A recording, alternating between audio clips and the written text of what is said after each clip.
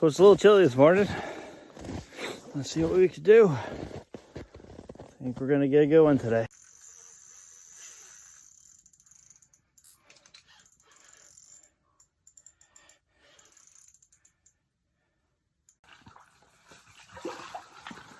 That's how you do it. That is how you do it. 35-inch lay trout. Right back down the hole. You pig.